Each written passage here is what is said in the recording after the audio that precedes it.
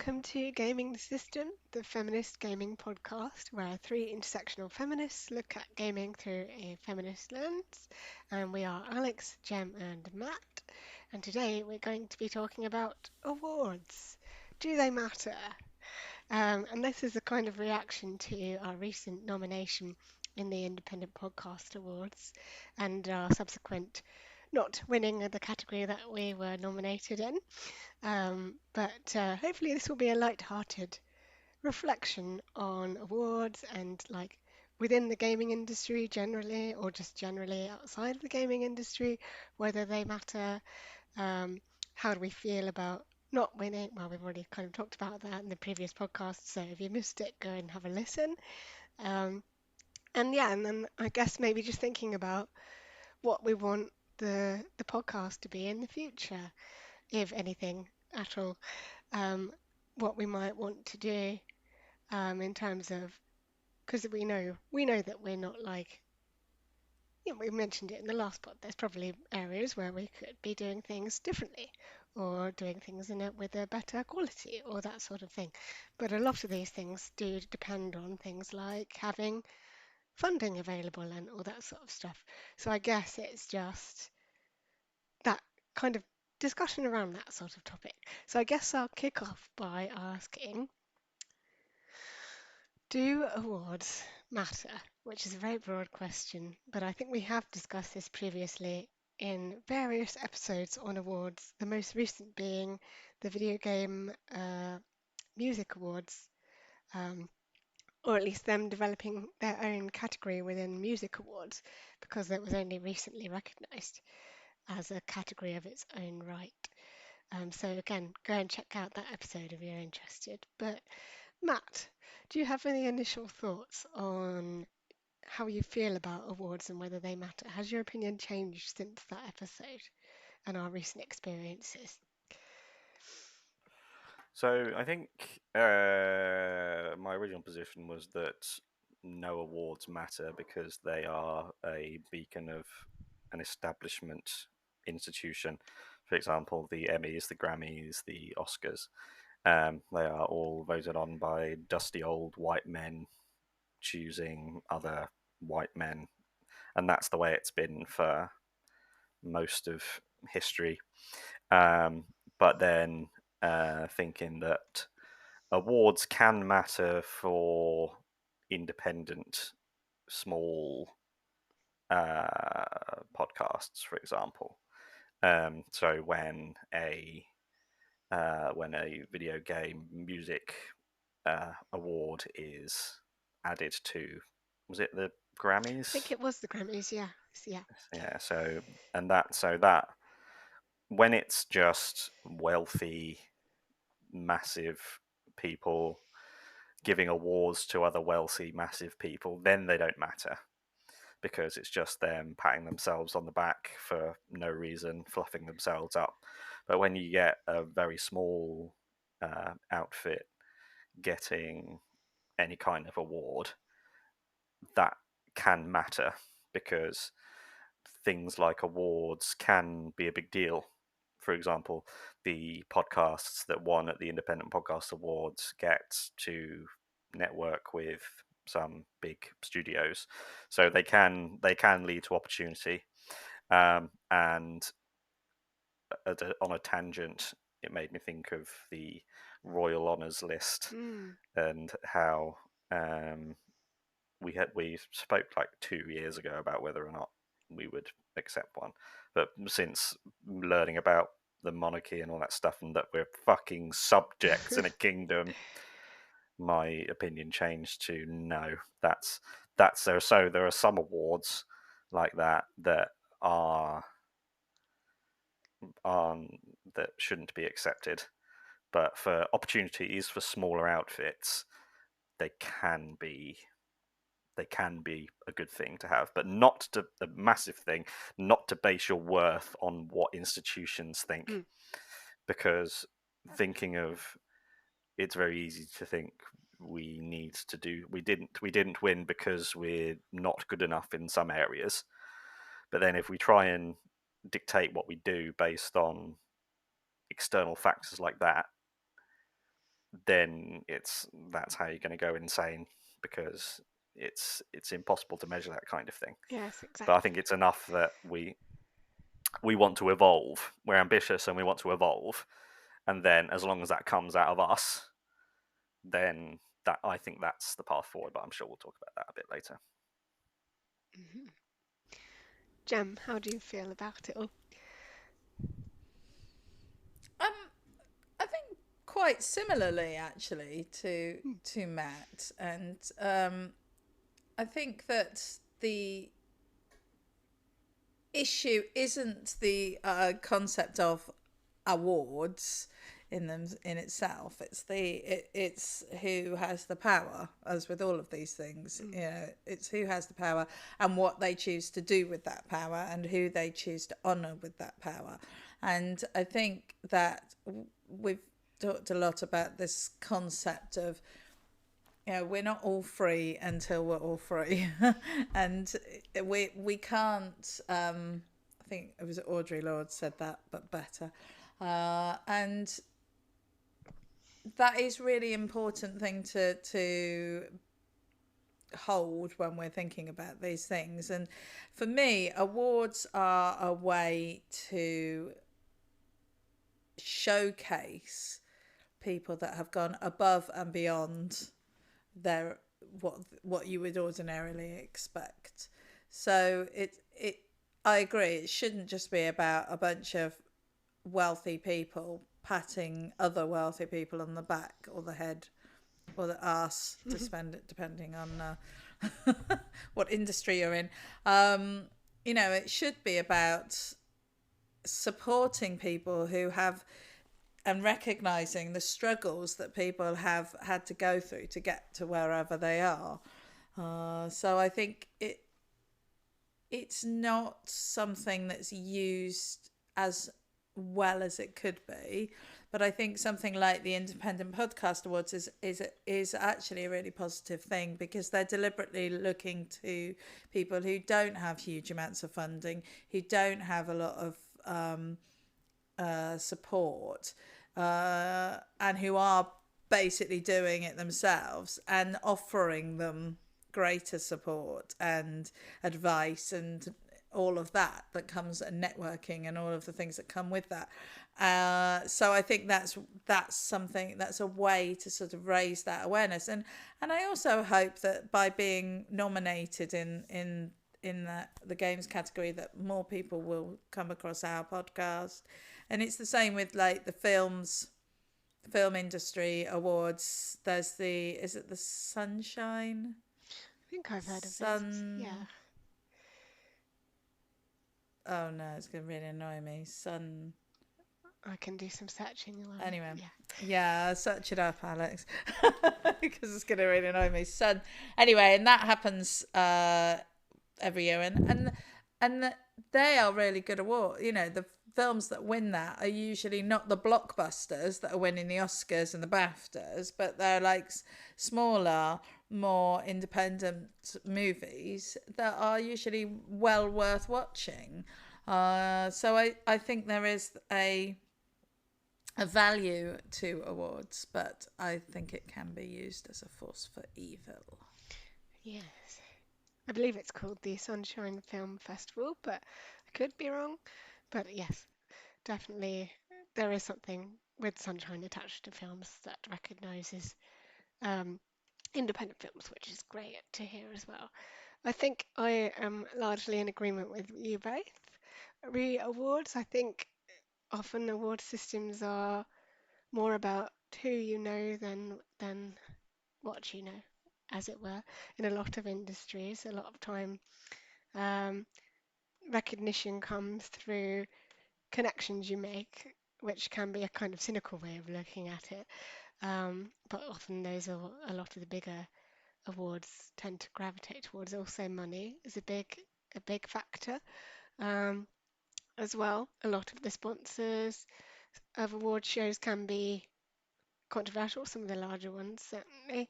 I know that in the disability world, there's such a thing as the Shaw Trust Disability Power 100, which recognises the 100 most influential disabled people in the UK today, and a lot of that has come under a lot of controversy over the years for who it's highlighting and who it's not highlighting, in that a lot of the time, a lot of the winners are usually white. They're usually not learning disabled. There's like a disability hierarchy there. And usually learning disabled people are at the bottom of the hierarchy compared to people, say, with physical disabilities or other long-term health conditions who might present in a more normal way or a more acceptable way to like non-disabled society. So there's those issues to contend with as well. I think this year's awards, they decided to live stream them at very short notice because they realised not everybody they'd nominated was actually physically able to attend due to various access barriers. And then they were like, oh, okay, then, well, maybe we will live stream it, even though it's not pandemic times. So they luckily have been able to do that now so that people can watch and engage without having to physically attend, which is a good thing, but they did leave it rather late.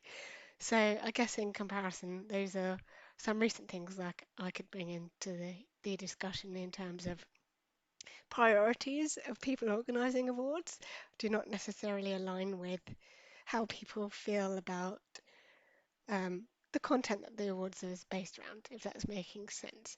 What motivates them, the awards givers, is very different to what motivates the content creators, as it were. So sometimes It those goes to things show. misalign. But yeah, go on, Matt.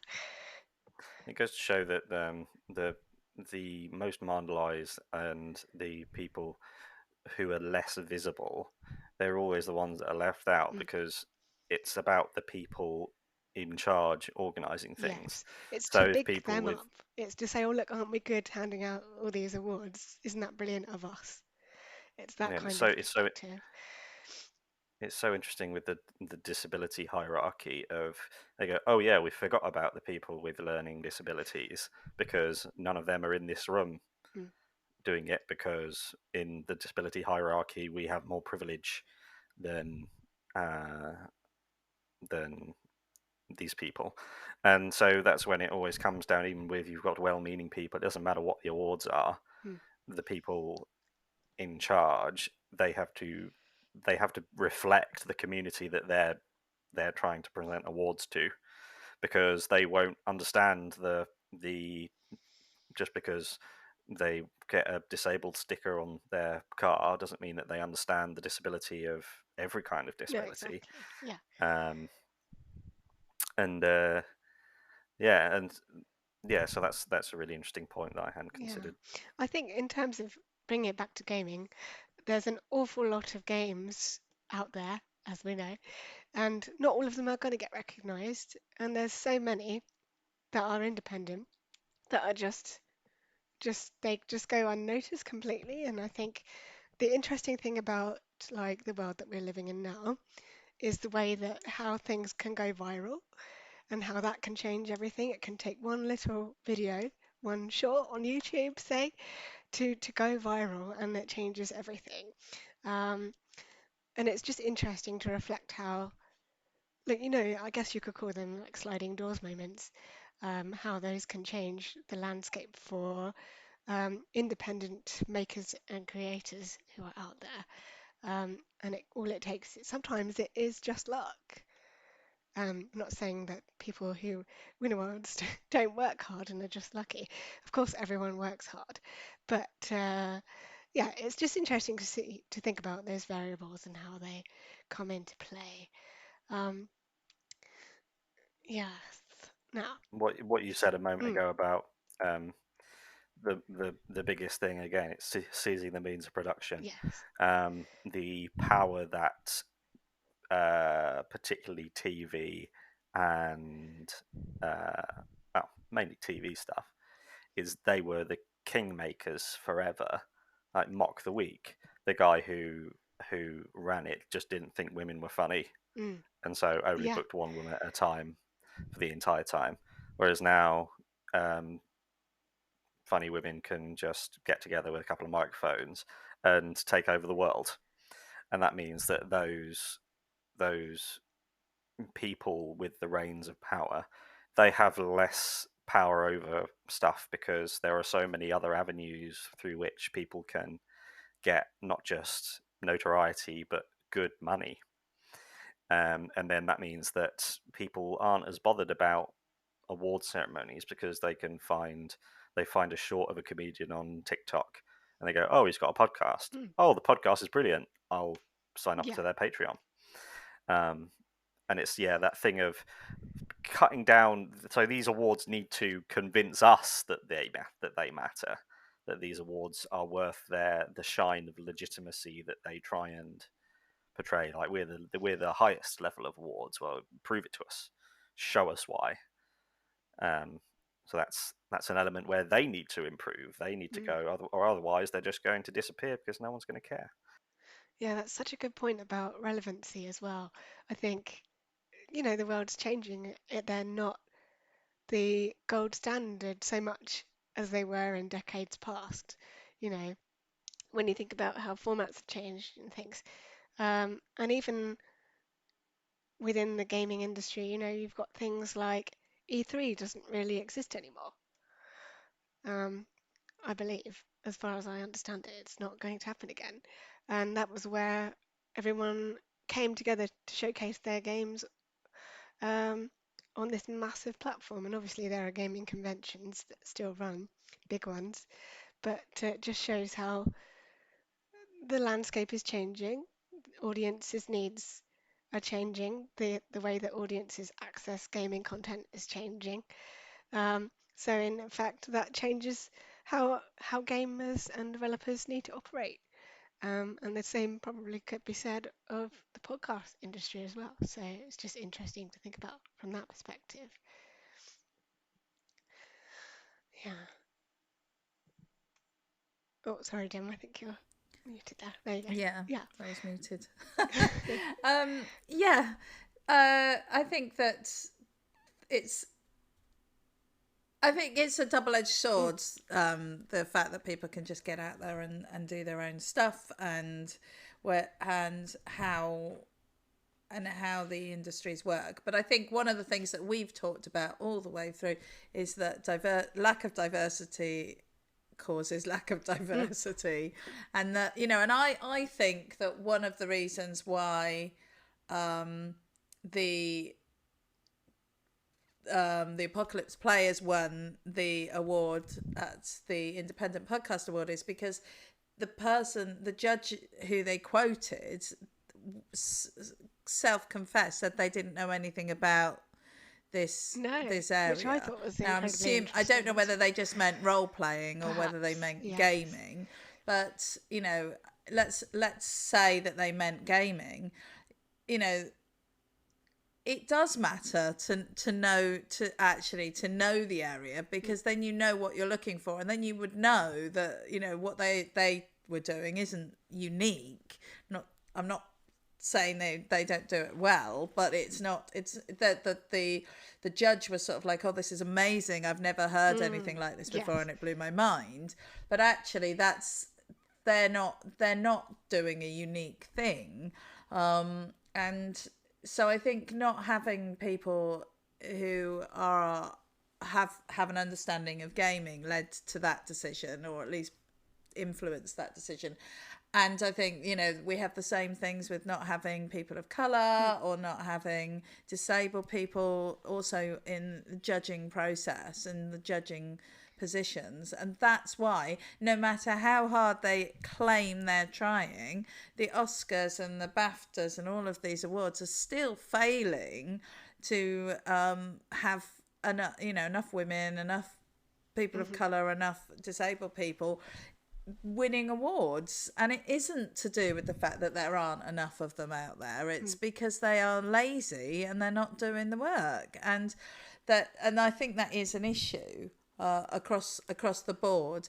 But I did want to say that the Golden Joystick Awards happened yesterday. Very true, yes.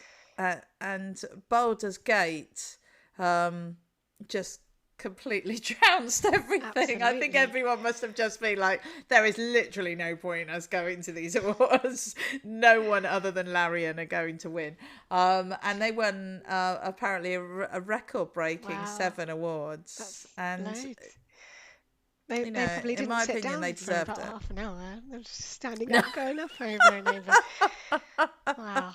I Yeah. must have run out of things to say, but yeah, I mean, it's extremely well deserved, and I Yeah. think I hope that what it does is it inspires other organisations, other businesses to just do better, Mm. because And then what was really interesting is somebody shared to me, I think I shared it to you guys, the all the awards That's they'd right. won, Yes. and Karlak is one of the characters from the game, is in there a lot, and Mm.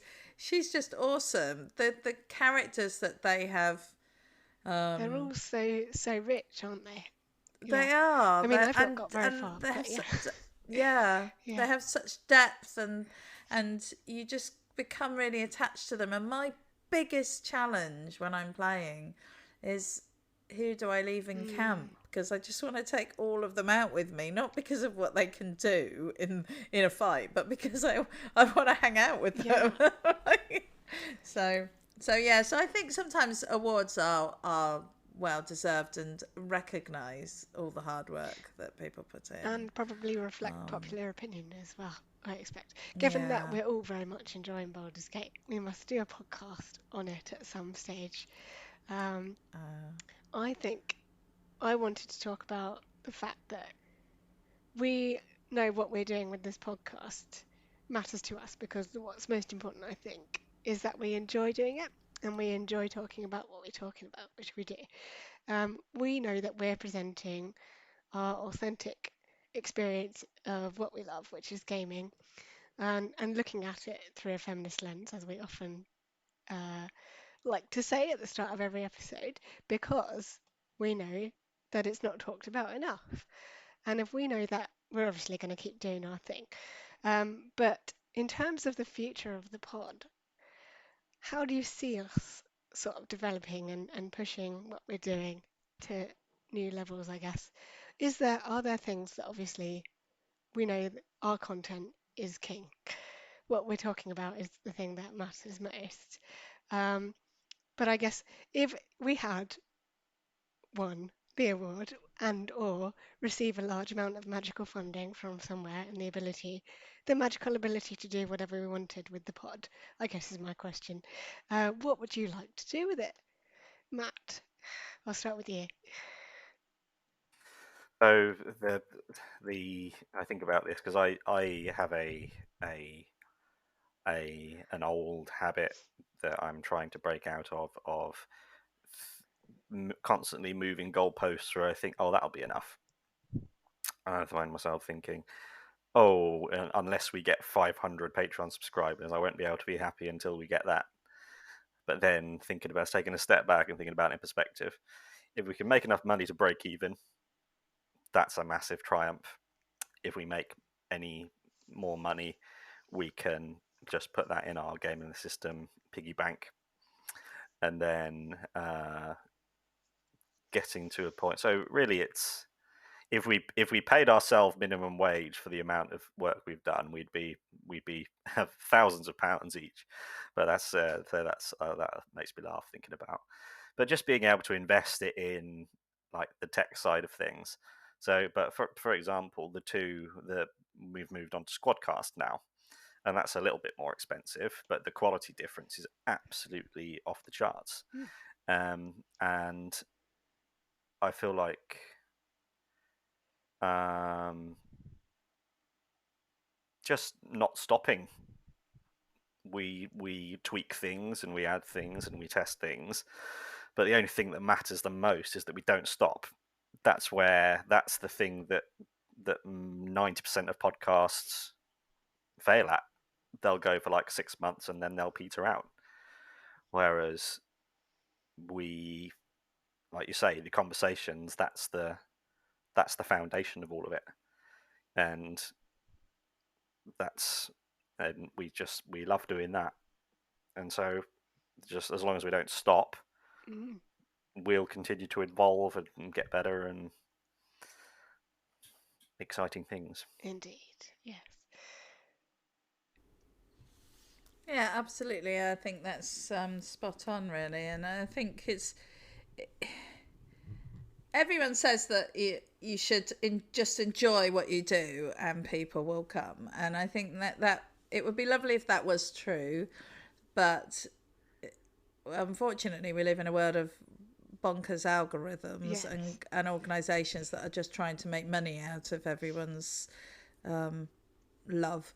And I think from my personal perspective, I do a huge amount of unpaid labour, a huge amount, and not just in my home, but in life. And I've been a volunteer and a unpaid supporter in various aspects of things that I am extremely passionate about and believe need to happen, like working with the Women's Equality Party and supporting a friend of mine who's running for as a Green Party candidate locally, and helping out with local school events, local charity events, and even to the point of writing chapters for books for in my academic side of things.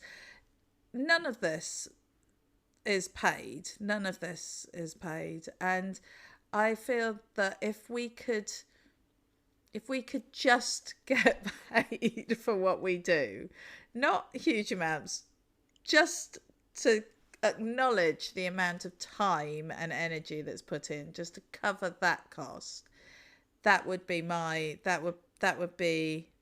enough, as you were saying, Matt. That would be enough for me, because that would be, and it's not about being rich or having loads of cash and being able to splash out and all of that. That's not what it's about. It's about the fact that in our modern society, in our current society, the value of things is dictated by how much money it is worth, and it's very hard to keep boosting yourself about your own value when everyone is expecting you to do stuff for free, Yeah. and people aren't prepared to pay you for it, especially when we live in a world where you've got people who, in my opinion, are doing nothing good for anyone, getting paid ridiculous amounts of money. And I know that we talk about the problems with capitalism all the time, but I do think it's that imbalance. So I would really like for us to be able to earn enough money that we can at least cover the costs for ourselves of the time that we spend making the pod.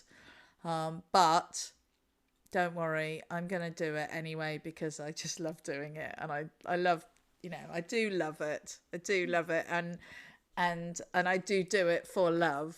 And I would like for us to be able to support, practically support organisations and charities that are working to enable the things that we champion. That would be awesome. Would be If we very could, cool. if we could, yeah, and just if we could be, if we could actually be bringing in enough interest and enough audience that we could be helpful to those organisations, that would be Yeah. awesome. No, definitely. It sounds really corny to say, but I think if we could affect change, make a difference, it would be amazing. That's obviously like, that can mean a number of different things. But like you say, Jem, you could be working on behalf of charities. It could be even having someone listen to us and feel heard and understood, and that Yeah, making a difference in their lives. Um, and I guess another thing also is, obviously we're all enjoying doing the pod. We love doing the pod. I'd like to still maintain that enjoyment. And I think one of the things we do so well as a team is to look after each other's well-being and mental health. And I think that we work with that as like a priority.